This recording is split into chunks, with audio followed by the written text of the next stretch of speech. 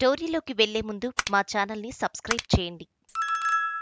ముఖ్యమంత్రిగా తెలుగుదేశం పార్టీ అధినేత చంద్రబాబు నాయుడు ప్రమాణ స్వీకారం ఏర్పాట్లు విజయవాడలో తుది దశకు చేరుకున్నాయి. గన్నవరం సమీపంలోని కేస్రాపల్లి ఐటీ పార్క్ వద్ద ఈ కార్యక్రమం ఏర్పాటు కానుంది. ఈ నెల 12వ తేదీన చంద్రబాబు ప్రమాణ స్వీకారం చేయనున్నారు. ముఖ్యమంత్రిగా చంద్రబాబు ప్రమాణ స్వీకారం చేయబోతుండటం ఇది రెండోసారి, మొత్తంగా నాలుగోసారి. ఉమ్మడి ఆంధ్రప్రదేశ్లో 2 సార్లు, రాష్ట్ర విభజన అనంతరం తొలిసారిగా 2014లో ప్రమాణ స్వీకారం చేశారాయన. ఇప్పుడు మళ్లీ ఈ పదవిని అందుకోబోనున్నారు. ప్రమాణ స్వీకారోత్సవానికి ముందే కేంద్ర ప్రభుత్వం ఏపీకి గుడ్ న్యూస్ ఇచ్చింది. వేల కోట్ల రూపాయలను విడుదల చేసింది. జూన్ నెలలో ట్యాక్స్ డెవల్యూషన్ లో భాగంగా విడుదల చేసిన నిధులు ఇవి. అదనంగా మరో ఇన్స్టాల్మెంట్ ను కూడా కేంద్రం ఇందులో జమ చేసింది.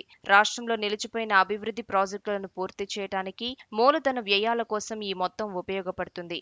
ఏపీ సహా మిగిలిన రాష్ట్రాలన్నింటికీ కలిపి 1,39,750 కోట్ల రూపాయలను మంజూరు చేసింది. ప్రస్తుతం ఆర్థిక సంవత్సరం అంటే 2024-25 మధ్యంతర బడ్జెట్లో రాష్ట్రాలకు పన్నుల రూపంలో చెల్లించాల్సిన మొత్తం 12,19,783 కోట్లు. ఇందులో భాగంగా ఈ నిధులు విడుదలయ్యాయి. ఏపీ వాటాగా 5,655.72 కోట్ల రూపాయలు మంజూరయ్యాయి.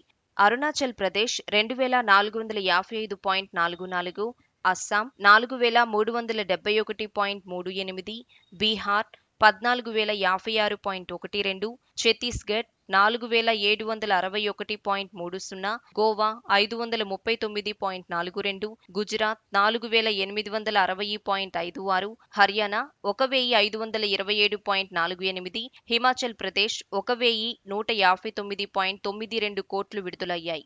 జార్ఖండ్ 4,621.58, కర్ణాటక 5,096.72, కేరళ 2,690.20, మధ్యప్రదేశ్ 10,970.44, మహారాష్ట్ర 8,828.08, మణిపూర్ 1,000.60, మేఘాలయ 1,071.90, మిజోరం 698.78, నాగాలాండ్ 795.20, ఒడిశా 6,327.92 కోట్లను కేంద్రం విడుదల చేసింది. పంజాబ్ 2,525.32, రాజస్థాన్ 8,421.38, సిక్కిం 542.22, తమిళనాడు 5,700.44, తెలంగాణ 2,937.58, త్రిపుర 989.44, ఉత్తరప్రదేశ్ 25,069.88, ఉత్తరాఖండ్ 1,562.44, పశ్చిమ బెంగాల్ 10,513.46 కోట్లను కేంద్రం మంజూరు చేసింది. ఈ వీడియో నచ్చినట్లయితే లైక్ చేయండి, సబ్స్క్రైబ్ చేయండి.